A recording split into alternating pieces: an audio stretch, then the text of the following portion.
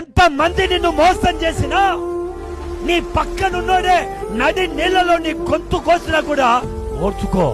నీ రక్త సంబంధులే నిన్ను చూసి అసూయపడుతున్నా ఓర్చుకో.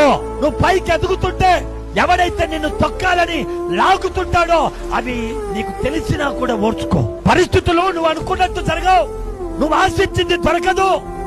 నువ్వు ఒకటి అనుకుంటే ఇంకొకటి జరుగుతుంది నీ జీవితంలో.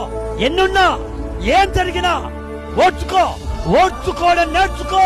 ఓర్చుకొని దేవునికి ప్రార్థన చేయి. నీకు ఒక టైం వస్తుంది.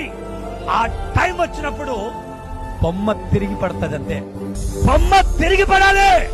బొమ్మ తిరిగి పడడం అంటే ఎవడెవడైతే ఇదిగో నీ బతికింతేని ఎవడైతే నీకు ముద్ర వేశాడో, నువ్వు తాగుడు పోతాడురా, నువ్వు మారవని ఎవడైతే నీకు ముద్ర వేశాడో, నీ బతుకులింతేని ఎవడెవడైతే నీకు ముద్ర వేశాడో, నువ్వు ఓర్చుకొని దేవుని సహాయం పొందుకొని ముందుకు సాగిపో. ఒక రోజు నీ బొమ్మను దేవుడు తిప్పి కొడతాడు. ఎంత మంది అయితే నిన్ను మాట్లాడారో వాళ్ళ కళ్ళ ముందరే దేవుడు నిన్ను హెచ్చించడం ప్రారంభిస్తాడు.